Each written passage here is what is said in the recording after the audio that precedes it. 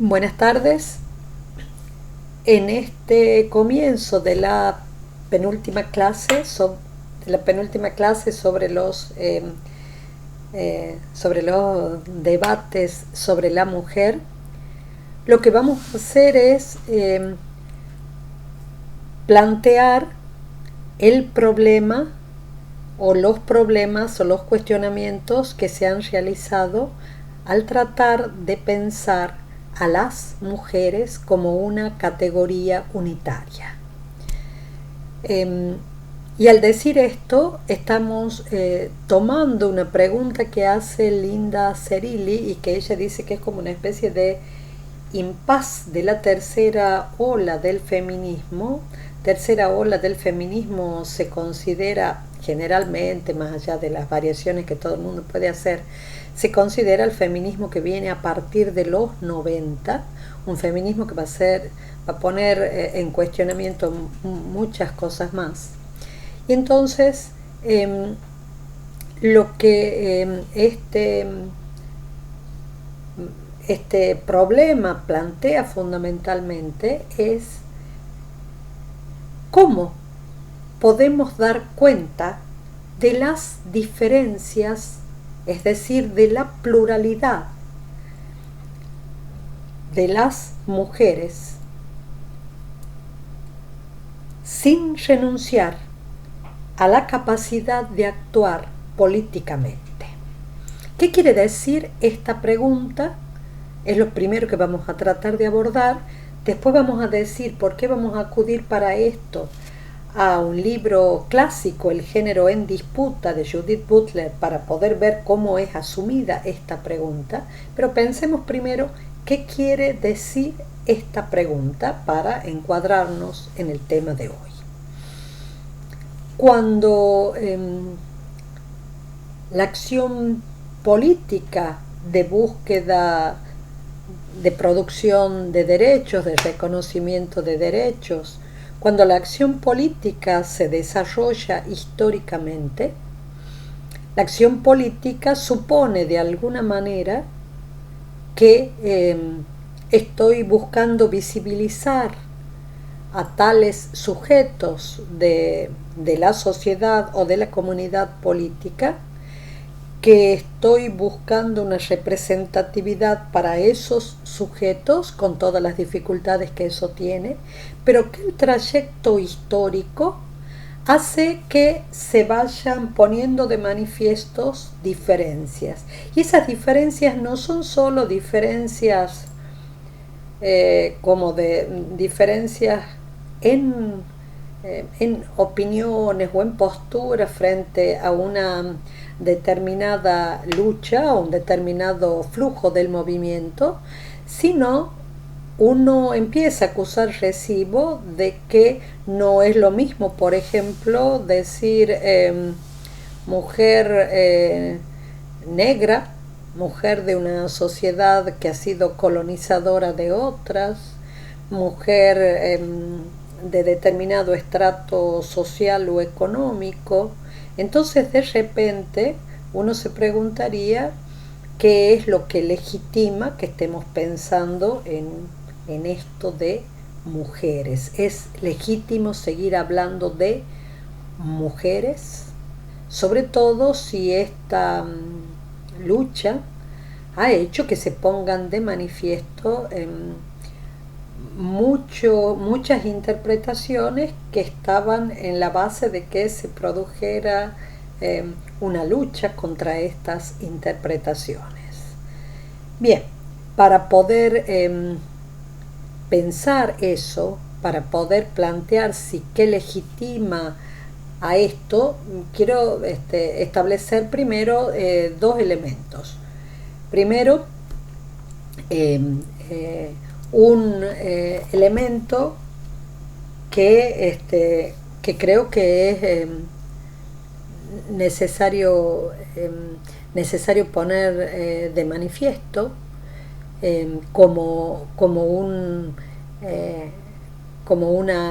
elemento metodológico. Y por otra parte, bueno, ¿por qué tomo las decisiones que tomo sobre ese instrumento metodológico? Yo he decidido metodológicamente, decíamos, tomar esta interpelación de Linda Cerilli, que tiene una mirada muy fuerte sobre la acción política y sobre la mujer como comunidad política, y busca en qué se legitima esto, más allá de pensar que lo que se está produciendo es una especie de libertad inaugural que está buscando algo que se está produciendo en la acción. Y para poder ver cuán fuerte es esta pregunta y cómo impacta, tratar de buscar en este libro emblemático de Judith Butler sobre el género en disputa, ver cómo piensan esto y hacia dónde ha llevado el tratar de interpretar esta, qué une y qué distingue y si se puede sostener la acción política. Y metodológicamente también quiere decir que esto, ahora y en la clase que viene, afecta a un supuesto que es muy fuerte en las concepciones filosóficas y a un supuesto que es muy fuerte en la identidad de la acción política, y es considerar si efectivamente cuando hay una acción hay un agente que efectúa la acción, y si es necesario que yo sepa clara y nítidamente quién es ese agente que efectúa, en este caso, la acción política. Lo que quiero decir es, hay un agente, la mujer, las mujeres, que son el sujeto de la acción política de búsqueda de derechos, de reconocimiento, de visibilidad, o no lo hay. ¿Hay una identidad clara o no lo hay? ¿Se puede seguir realizando esta lucha y esta acción política pese a todas las dificultades de la identidad? ¿O hay que preguntarse qué significa la identidad? Eso es metodológicamente y como sustrato de fondo las preguntas más fuertes y las dificultades más fuertes sobre este tema y el que sigue y sus supuestos. Y vamos a tratar de ver qué podemos decir sobre ello. Y lo segundo que quiero explicitar es que como decisión que tengo siempre, decisión que he tomado toda la vida, como decisión es considerar que cuando trato de entender algo, trato de explicarlo exactamente con lo mejor de lo que entiendo que piensa tal autora, tal autor. Que jamás mi interpretación primera va a ser en qué no estoy de acuerdo, porque primero trato de entender para que los desacuerdos o las distancias no me impidan entender. Mil veces cuando yo hago eso, de repente me dicen, has dicho esto, has dicho aquello. ¿He dicho lo que dice un autor? Sí, exactamente lo he dicho, porque forma parte para mí del respeto intelectual. O sea, el movimiento crítico es otro movimiento, pero en temas en donde se pasa una postura de oposición, porque efectivamente se puede tener una postura absolutamente de oposición, yo creo que un puente que necesitamos tender es comprender desde dónde se sitúa el otro. Bueno, yo hago eso generalmente. Explico apasionadamente cómo piensa aquel al que quizás me oponga en coyunturas decisivas, pero trato de explicar apasionadamente cómo piensa tal intelectual que está sosteniendo esto, y eso que sostiene yo lo necesito para entender el mundo contemporáneo. Bien, aclarados estos dos supuestos, vamos a tratar de pasar ahora a una serie de elementos que da Judith Butler en El género en disputa sobre la presencia de un problema radical con respecto a la acción de la mujer, el feminismo, la interpretación, etcétera, etcétera. Lo que Judith Butler dice, y estoy siguiendo textualmente el capítulo 1 de este libro, ella dice que hay un problema radical cuando uno se plantea esto. El problema radical que hay que plantearse sobre el feminismo es si son las mujeres, entre comillas, el sujeto del feminismo. Son ellas, su identidad, el sujeto para el cual se busca una representación en el ámbito de lo político. Se busca ampliar su visibilidad, se busca legitimar, es decir, volver legal, darle un estatus claro en el orden sociopolítico. Buscamos visibilizar a las mujeres, son las mujeres el sujeto del feminismo. Más aún, se apoya la acción política en lo que se considera verdadero acerca de las mujeres.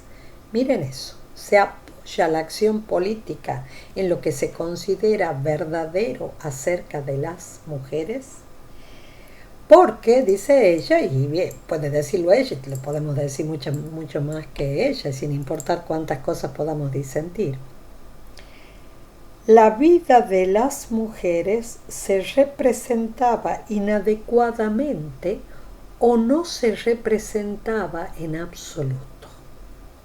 Esto sí es necesario tenerlo presente, es decir, ¿cuál es el problema? El problema es que estamos pasando de una representación que era inadecuada o que era falsa y que estamos buscando que la acción política visibilice la identidad verdadera de las mujeres. Estamos buscando representarla verdaderamente porque antes no se la representaba verdaderamente o se la representaba inadecuadamente. No puedo evitar recordar el texto de Ibsen, la obra teatral de Ibsen, Casa de Mujeres, perdón, ya se me ha ido, Casa de Muñecas, en donde Ibsen muestra a lo que implica una forma de vida familiar que da protección a las mujeres, pero que a la vez es como si la mantuviera alejada de lo real y su casa fuera solo una casa de muñecas. Y yo tengo que decir que alguna vez algunas alumnas mías, yo no era ningún curso sobre la identidad de la mujer ni nada que se le pareciera, alguna vez una alumna mía hace un trabajo escrito, y no sé por qué menciona a Ibsen, y una de las cosas que más me golpea cuando leo el trabajo es que ella se encontraba identificada con esto de vivir en una casa de muñecas. Y me parecía absolutamente triste, porque la vida familiar está hecha para un gran albergue de la vida humana, para una gran contención, para que la vida humana tenga intimidad. Pero esa intimidad es real, esa intimidad está atravesada de toda la vida sociopolítica. Esa intimidad y ese cuidado no es de ningún modo jugar a una casa de muñecas. Sin embargo, cuando mi alumna dice que ella sentía que su vida era como estar en una casa de muñecas, bueno, a mí me ha resultado particularmente duro, porque todos queremos vivir en la realidad. Eh, entonces, ¿por qué lo traigo a colación? Porque una cosa que ocurre muchísimo en este momento, que es decir, em, que, que la forma de ser de la mujer está experimentando un montón de cambios y que esos cambios afectan a todos, por supuesto. Y de algún modo Judith Butler dice algo así como que la categoría de las mujeres ya no se ve en términos estables o constantes. Ya no es algo estable o constante en lo que alguien se siente seguro. Entonces, ¿qué es lo que pasa? ¿Qué es para que esa estabilidad ya no sea tal como era? Eh, y aquí Butler recurre a un pensador que ha tenido muchísimo que ver también con la interpretación de la sexualidad, que es Foucault, Michel Foucault, y Foucault afirma que los sistemas jurídicos de poder producen los sujetos a los que más tarde representan. Quiere decir que cuando hay un sistema que posee poder, puede introducir cosas, puede hacer cosas en la realidad, puede producir hechos, puede producir leyes, puede producir interpretaciones, no tengo que entender que están aquí los sujetos a los que ese sistema va a dar cabida o a los que ese sistema va a representar, sino que el sistema produce a aquellos primero y después los representa. Que los sujetos regulados por esas estructuras y sujetos a esas estructuras se constituyen, se definen y se reproducen de acuerdo a las imposiciones de esas estructuras. Esto plantea muy fuertemente el problema al cual nos estamos refiriendo. Es decir, lo que pone sobre el tapete es que no es, que cabe la posibilidad de pensar que no es que exista, con independencia de toda la posibilidad de poder que circula en la sociedad, que circula en la vida humana, que circula en el sistema jurídico, no es que exista. No es que existan esos sujetos, no es que exista la categoría mujeres, no es que exista eso, sino que la misma regulación que se hace, la misma la misma forma como ese sistema obra, es constitutivo, instituye, define y crea al sujeto que queda regulado por el sistema. Yo doy un ejemplo fuera del problema del feminismo para que lo podamos entender desde fuera y no quedemos pegados a la discusión sobre el feminismo, ¿no es verdad? Entonces miren qué difícil, qué duro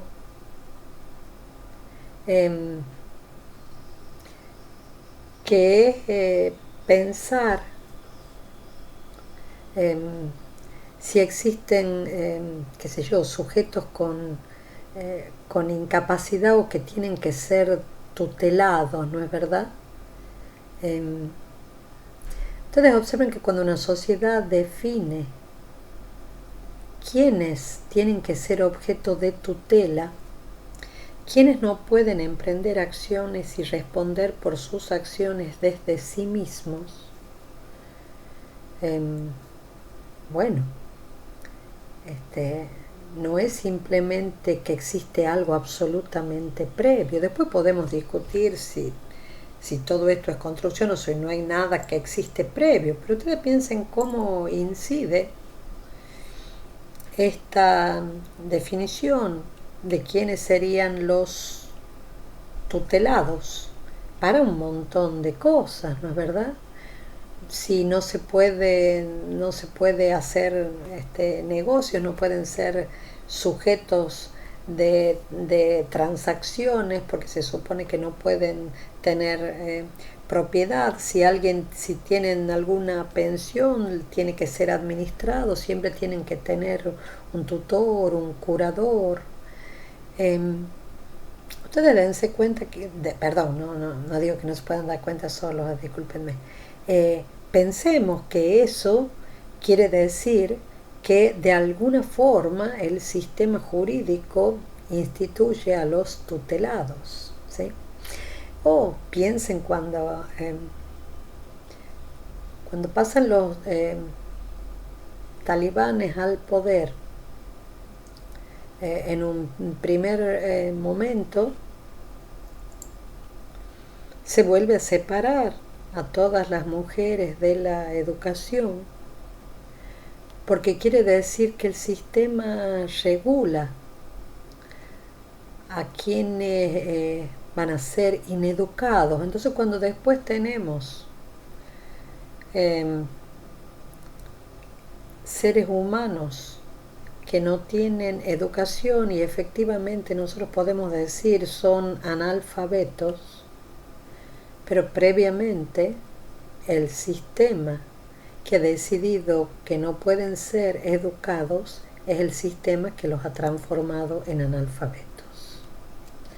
Lo que quiero decir con estos ejemplos llenos de dificultades, lo que quiero decir es que no podemos pensar como si todo fuera que ya existe algo previo y después el sistema, la juridicidad lo único que hace es ordenar, sino que la juridicidad también instituye. La juridicidad regula a aquellos que previamente ha instituido como tales. Eso es lo que dice Foucault. Entonces, la pregunta que se hace Judith Butler, o la hipótesis o la afirmación de Judith Butler, es que las mujeres, como sujeto del feminismo, es una formación de nuestro discurso y el resultado de una versión de la política de representación. Observen las dos cosas que estoy diciendo. Es una formación discursiva, producimos las categorías discursivamente, y a la vez es el resultado de una versión, no es la única versión posible, de una versión de la política de representación. Quiere decir que el sujeto mujeres está discursivamente formado, producido por la misma estructura política que supuestamente permitirá su emancipación. Por supuesto que resulta difícil de buenas a primeras escuchar esto que dice Butler o escuchar lo que recién ha dicho Foucault y pensar que somos instituidos desde un sistema jurídico, que el lenguaje nos produce, que hay una política de representación, que para representar a alguien, la misma representación está produciendo a aquel a quien representa. Por supuesto que es difícil pensarlo así porque nosotros pensaríamos, bueno, existe, ahí están, esto es previo, después vamos a ver cómo se trabaja con esto previo. Pero sí me es obligatorio decir que esto está en la base de algo que está presente en la tercera ola del feminismo. Es decir, cuando me pregunto sobre la categoría mujeres, una de las cosas que sale en la tercera ola del feminismo es la categoría mujeres está producida discursivamente.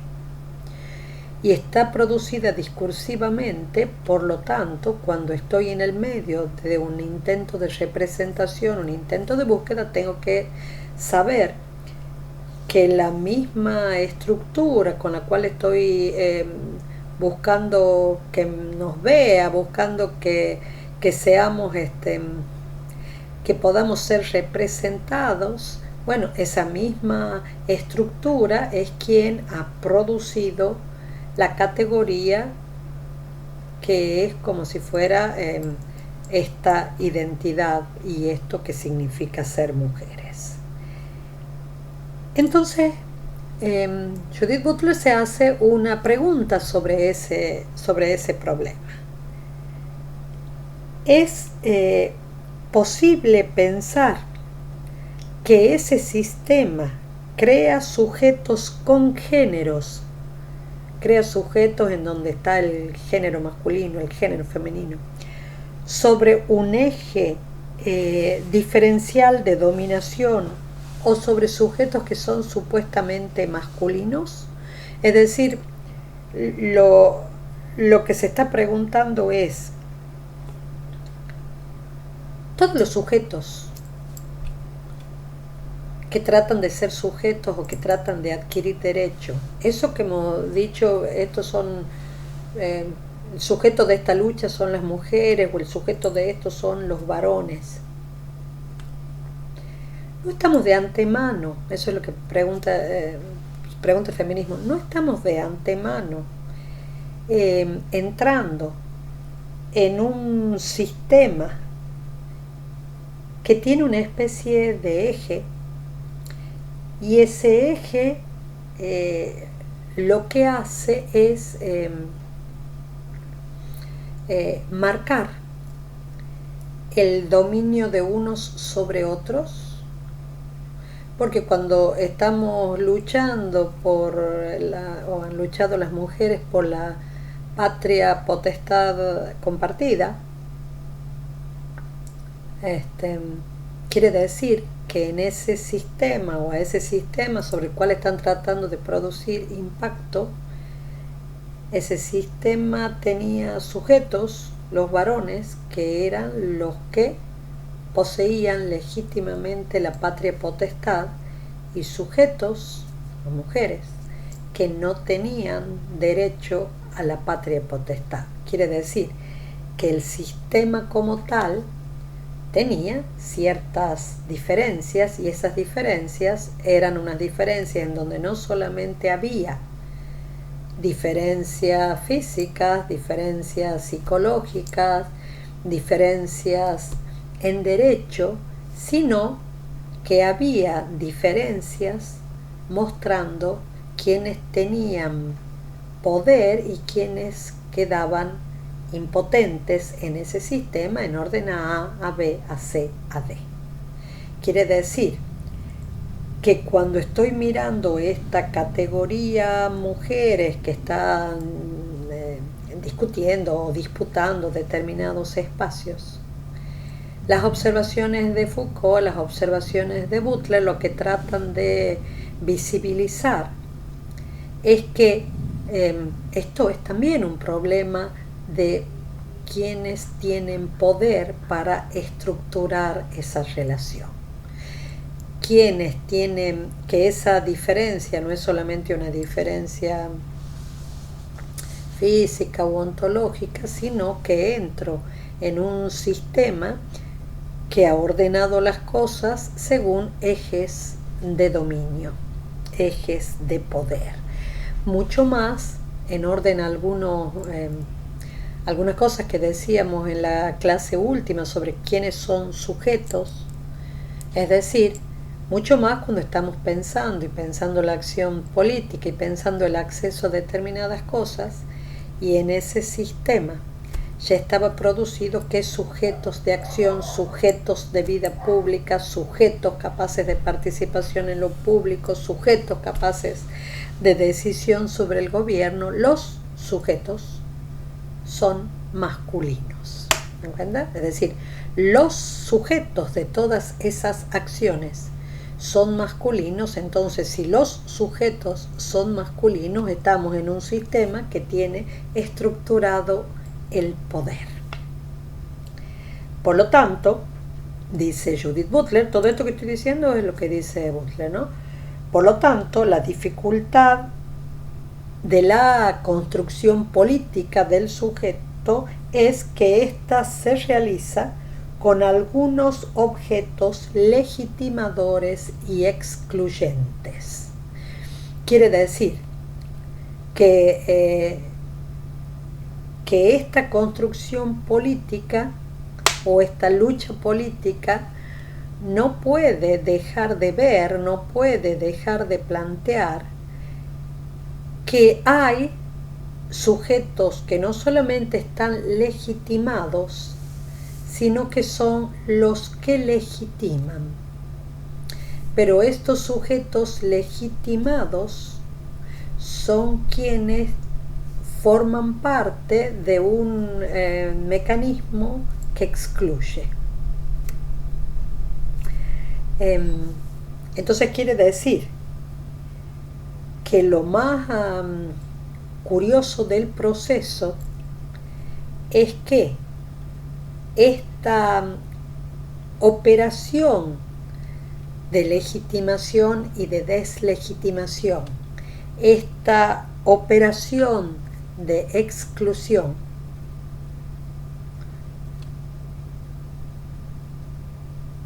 está escondida y está naturalizada. Quiere decir, hemos naturalizado, y la historia nos lo muestra, hemos naturalizado de mil maneras que quienes podían ocupar cargos públicos era natural que fueran los varones, que quienes podían gobernar era natural que fueran los varones. Es decir, teníamos naturalizadas tantas cosas porque el mismo proceso era el proceso que escondía e impedía ver que había una exclusión. Bien, yo me acuerdo, y permítanme que dé mis ejemplos a mi manera. Ustedes se acuerdan que en esta película que parece ser solo una película infantil, como Mary Poppins, la madre de los niños es sufragista, ¿no es verdad? La madre de los niños está en plena lucha por el sufragio femenino y sale con los carteles y las bandas todo el tiempo. Los chicos están solos. El padre de los chicos trabaja en un banco y está por detrás todo el poder financiero bancario. Ese es el esquema el esquema de la película, ¿no es verdad? Y cuando nosotros vemos en ese esquema con el viento, no me acuerdo si del este o del oeste, el viento que sopla y trae a Mary Poppins, y trae a Mary Poppins para que resuelva estos problemas. Bueno, nosotros vemos cómo el orden que tiene la película es una lucha por el sufragio femenino, la centralidad de la acción de los bancos en la película es banquero, ¿no? Y vemos estos dos personajes que no representan nada ni de la lucha instituida, como es la lucha de la madre de los chicos, ni del poder económico instituido, aunque no fuera el más alto, es un empleado, ¿no es? Pero está dentro de una institución que tiene el poder económico. Y vemos que al costado de eso, deslegitimado por esa sociedad, está un desollinador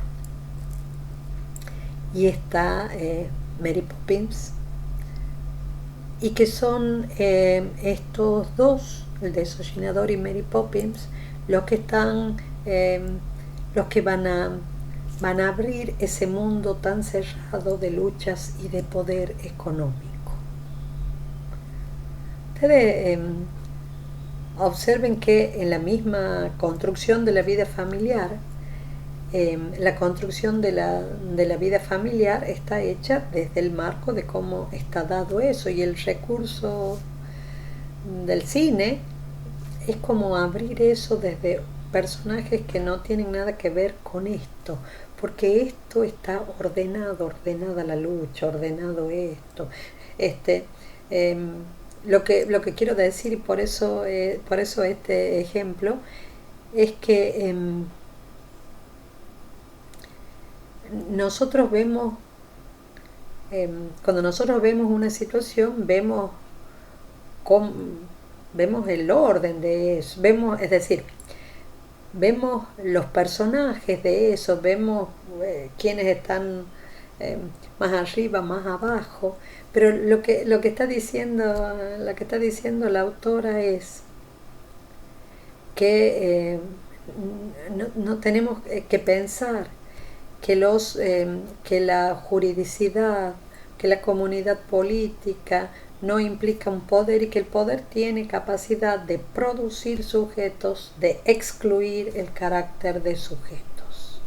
Producir sujetos, excluir el carácter de sujetos, y por otro lado no se presenta el poder, se esconde, no se visibiliza, porque la no visibilización es parte del poder, y se naturaliza de manera que nos parece natural que sea así, y nos parece no natural que haya otras cosas. Entonces,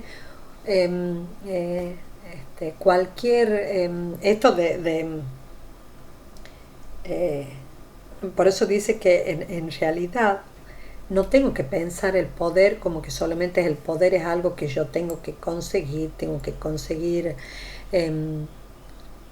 la representación, que me vea, que yo pueda ser representada por tal poder, como si el poder estuviera ahí solo gobernando, sino que tengo que ver con mucha más fuerza la capacidad del poder, porque el poder es capaz de instituir. Y que estas exclusiones de muchos sujetos forman parte de que el poder instituye, el poder hace que se reproduzcan aquellos que son funcionales a esa forma y a esa ordenación, ¿sí? Entonces dice una cosa que después todos los teóricos del género van a defender mucho.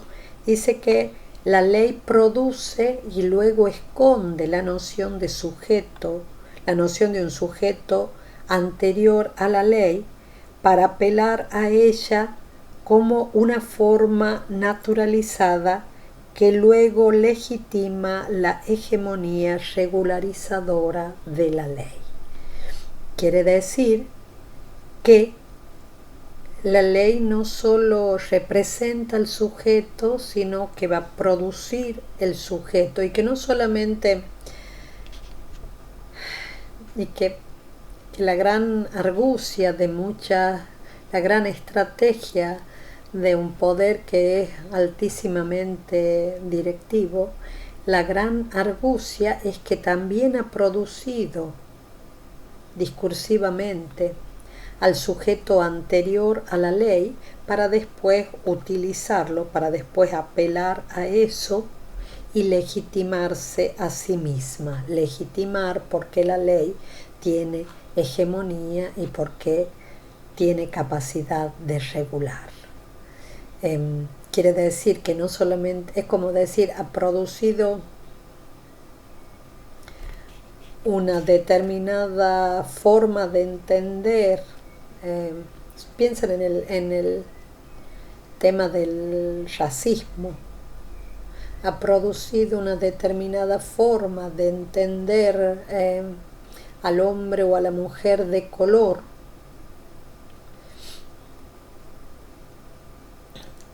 y ahí está. Y esa forma de entender al hombre o a la mujer de color despectivamente, como algo que tiene que justificar su humanidad, parece como si después fuera regulado qué puede hacer, qué trabajos puede hacer, pero en realidad la gran argucia es que ese sistema también ha producido la interpretación del que está como previo a la ley, ¿sí? Y que eso es una de las estrategias del poder más poderosas, es decir, ocultarse y producir. No estamos hablando de conspiraciones, estamos diciendo que lo que están poniendo de manifiesto es que discursivamente producimos un montón de elementos y después parece que solos los regulamos, ¿sí? Entonces, por eso lo que dice Butler es que pensar qué implican las mujeres como sujetos del feminismo implica estar con una exigencia. La exigencia es comprender que las mismas estructuras de poder mediante las cuales se pretende la emancipación crean y limitan la categoría de mujeres. Que las mismas estructuras de poder mediante las cuales se pretende la emancipación crean y limitan las categorías de mujeres. Quiero emancipar en el poder político, emancipar pudiendo tener cargos, emancipar en tal o cual acción, pero bueno, esa estructura tiene como base muchísimas cosas que son los límites de la posibilidad de acción y de la capacidad de participación política.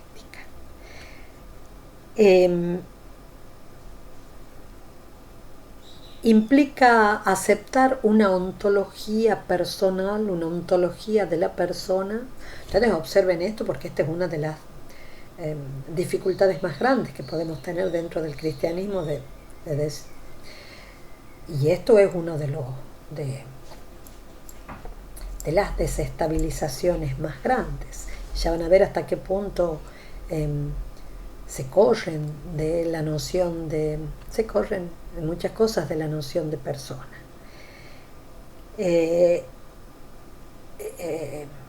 Los planteos que hacen es que tiene toda una dificultad esto de aceptar esta especie de base de que bueno, todos somos personas,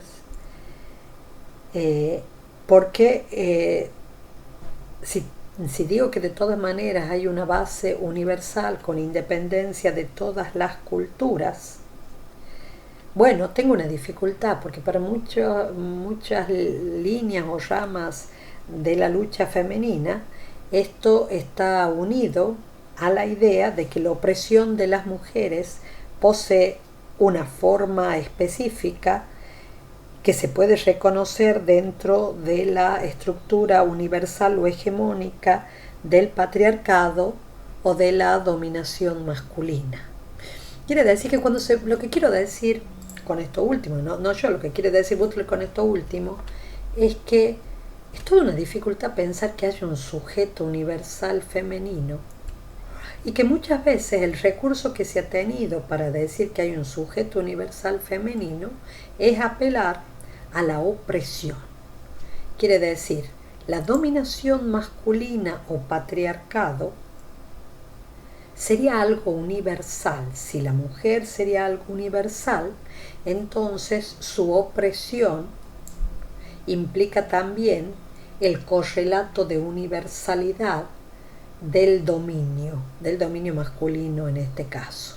Entonces, el patriarcado sería una estructura universal de opresión que tiene como correlato este universal mujer, ¿Se dan cuenta? Es decir, el, uno de los elementos para afirmar que hay algo, una especie de base común a todas las mujeres, curiosamente, la daría la existencia de un dominio universal y una estrategia de dominación universal del varón sobre la mujer, que sería el patriarcado como una especie de estructura de opresión omnipresente a lo largo de toda la historia del hombre, omnipresente a lo largo de toda experiencia de humanidad.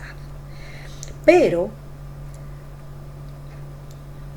desde el interior mismo del feminismo, la idea de un patriarcado universal, y esto lo dice Butler también, tiene numerosas críticas.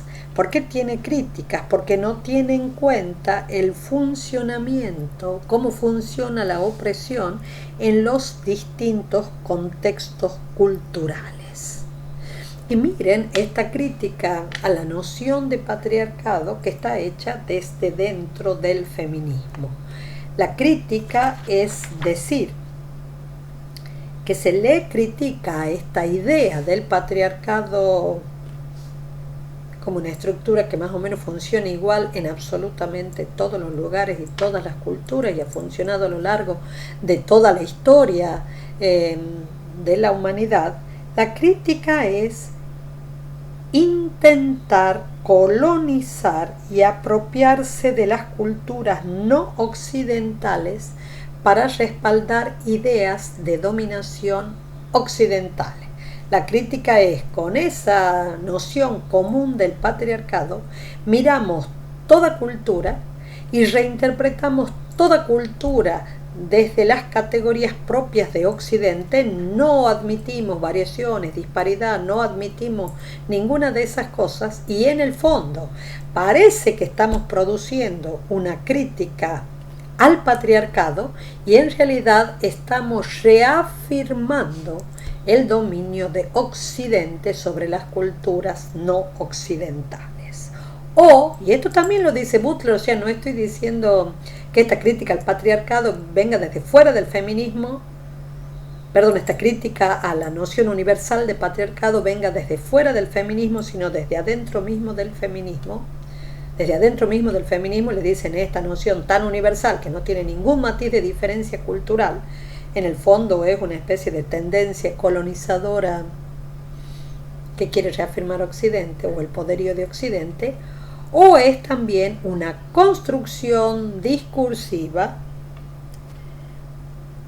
que construye al tercer mundo o incluso a Oriente como una barbarie esencial, precisamente porque no es occidental. Quiere decir que en vez de que esta denuncia del patriarcado, del machismo latinoamericano, del tercer mundo, de lo que se hace en Oriente, esto, en vez de ser una denuncia del patriarcado, es también una forma de opresión de determinadas sociedades hegemónicas culturalmente, hegemónicas económicamente, que aprovechan esta crítica para resaltar la inferioridad o la barbarie del tercer mundo, la barbarie de Oriente. Y esto sí me ha parecido absolutamente importante para mostrar que las luchas políticas no son solamente luchas políticas que pueden funcionar con un solo frente, sino que a veces lo que experimentamos como si fuera este frente es en realidad muchas otras luchas políticas y hegemónicas que no tienen simplemente que ver con la lucha de la mujer, pero que sin embargo determinadas construcciones que surgen en el interior de la lucha de la mujer o de la lucha del feminismo se vuelven funcionales a las luchas de hegemonía de algunas sociedades y culturas sobre otras. Por lo tanto, dice Butler, hay una especie de pérdida de credibilidad de la existencia de un patriarcado universal. ¿Sí? Pese a que se pueda perder credibilidad, porque uno puede hacer la denuncia de lo que hay de intención colonizadora detrás de esa denuncia del patriarcado universal, el marco que eso tiene, quiere decir la noción de un concepto compartido de lo que es mujer, es más difícil de derribar. Bueno, porque es una lucha política que exige un sujeto. Y ese sujeto no puede ser 1000 sujetos, sino un sujeto. El sujeto es la categoría mujeres. Por eso dice Butler que hay un montón de debates que tienen que ser, que se tienen que tener en cuenta en esto. Es decir, y que la denuncia del patriarcado devuelve la pregunta. ¿Qué pregunta es? ¿Comparten algún elemento anterior a la opresión o tienen solo un vínculo que es el resultado de la opresión? Es decir, somos así, somos de tal manera porque hemos sido oprimidas siempre. ¿Hay algo anterior, hay algo unitivo que sea anterior a la opresión? ¿O todas las características que nosotros consideramos que son características que son resultados de la opresión, es lo único que nos une y no tenemos nada fuera de eso? ¿Hay alguna especificidad de lo que significa ser mujeres que no dependa de su subordinación? ¿Hay algo que nos identifiquemos, hay algo específico y que no dependa de las culturas hegemónicas? Por lo tanto, y esto es lo importante de esta parte, nadie que es sujeto de una lucha o que esté en el medio de una lucha histórica, no se trata, dice Butler, de rechazar las políticas de representación, sino de criticar las teorías de identidad que generan, naturalizan e inmovilizan las estructuras jurídicas que están en la base. Es decir, todas estas preguntas que nos podemos hacer sobre qué somos, quiénes somos, aparte de ser quienes luchan contra una opresión, aparte de rechazar un montón de rasgos, podemos decir que hay algo común, y si no hay algo común, si no tenemos ninguna cosa nítidamente común y clara, quiere decir que no se puede seguir con una posibilidad de representación política. No, lo que ella dice es que no se puede rechazar las políticas de representación, sino, y esto es la punta de lanza más aguda que vamos a ver en el próximo video, en la clase que viene, es lo que se trata es de preguntarse sobre las teorías de identidad. ¿Qué es lo que produce una identidad? En este caso, la identidad mujer, la identidad varón. ¿Qué es lo que hay ahí? Esa es la pregunta. La pregunta es sobre las teorías de la identidad que llevan a las disputas sobre el género. Entonces, lo que hay que replantear son las construcciones ontológicas de la identidad y liberarse de construir una base única constante. Porque si no, en el medio de toda la lucha, lo que se hace es volver a darle una cosa que el feminismo ha rechazado mucho, que es esto de darle muchas veces por el interior del problema de la opresión, ¿no es verdad? Es decir, no soy inferior porque la mujer no tenga X cantidad de logros en la historia, sino que tengo que ver la ausencia de logros en la historia, porque no nos ha sido permitido tener acceso a un montón de cosas. Entonces se dan cuenta que si pensáramos, si alguien está intentando ver que hay muchas cosas que podemos decir no las tenemos o las tenemos que adquirir, pero no porque haya algo que naturalmente no teníamos capacidad, sino por una historia larga que ha producido esto, ¿sí? Tenemos que, en el fondo, no hay que tratar de construir una base constante, sino que tenemos que ver hasta qué punto no hay prescripciones, mandatos que vienen de las relaciones entre género. Entonces, ¿cuáles serían las relaciones de dominación y de exclusión que se establecen de modo involuntario cuando lo único que estoy pretendiendo es la representación como único interés de la política? Quiere decir, en el afán de conseguir y de obtener determinadas decisiones políticas, no hay alguna parte de la lucha que de repente queda entrampado en aquello de lo cual se quiere liberar. Entonces, por lo tanto, lo que hay que tratar de hacer es de hacer la crítica a cuál es la teoría de identidad que está produciendo esto. Yo sé que, es decir, lo que yo quiero, esto es la parte más, esto y lo que viene son las partes más agudas de la dificultad y de la lucha. Digo, y la parte más aguda de la dificultad para entender. Porque quizás tengamos muchísimas diferencias en esto, pero tenemos que entenderlo. Tenemos que entender por qué plantean la identidad de género como un problema y porque eso es lo que está en las calles en este momento, ¿sí? Y tenemos que entenderlo de muchos modos porque eso es lo que está en una serie de disputas de orden político. Eso necesitamos entenderlo. Y es como, digo para que nos acerquemos a lo que esto significa, que de repente yo estoy en un escenario, pero bueno, si el escenario se ha producido y yo después hago la observación sobre el resultado, pero el escenario alguien lo ha producido y no lo veo,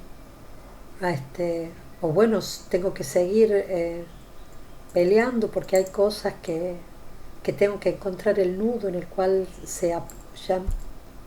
Doy dos ejemplos para decir que yo a veces miro solo el escenario y en realidad tengo que ver quién lo produce. Yo estaba tomando examen con un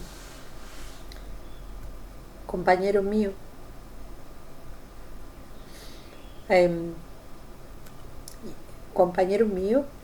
que era el terror absoluto de todos los alumnos. Yo los tenía como alumnos, por lo tanto los conocía. Cuando estábamos tomando el examen, pasaba uno tras otro y uno tras otro era aplazado porque no decía nada. Entonces, y no decía nada, si yo le preguntara, no le preguntara, bueno, el presidente de mesa y la materia era de la otra persona. En el medio de lo que se iba uno, entra otro, me dice esta persona que mal que estaban los alumnos. Y yo le pregunto, sí, efectivamente, es decir, ninguno ha dicho nada, o sea que sí, efectivamente los tenemos que aplazar, yo no tengo ninguna duda. Pero mi pregunta es, ¿cuánto participas vos de este aplazo? ¿Cuánta parte tuya es este aplazo? Porque sí, si ningún alumno mío se anima a decir una palabra delante de mí, yo también tengo que preguntar qué hago yo para que nadie hable delante de mí.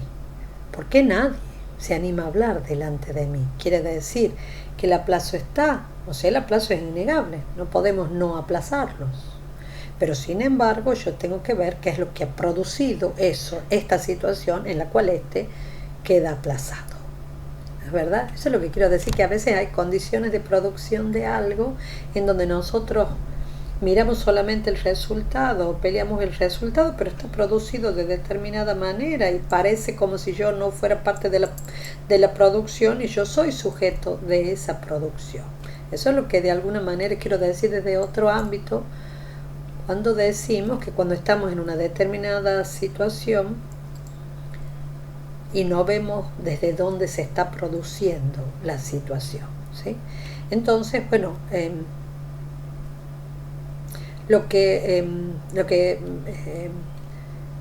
queremos indicar es que cuando se llegue a una de las partes más discutidas de las categorías de debate sobre la mujer, que es debatir la misma noción de género, eh, eh, bueno, podemos no compartir un montón de cosas, pero tenemos que tratar de entender por qué se llega a decir aquí el problema es que tenemos que discutir la teoría de la identidad.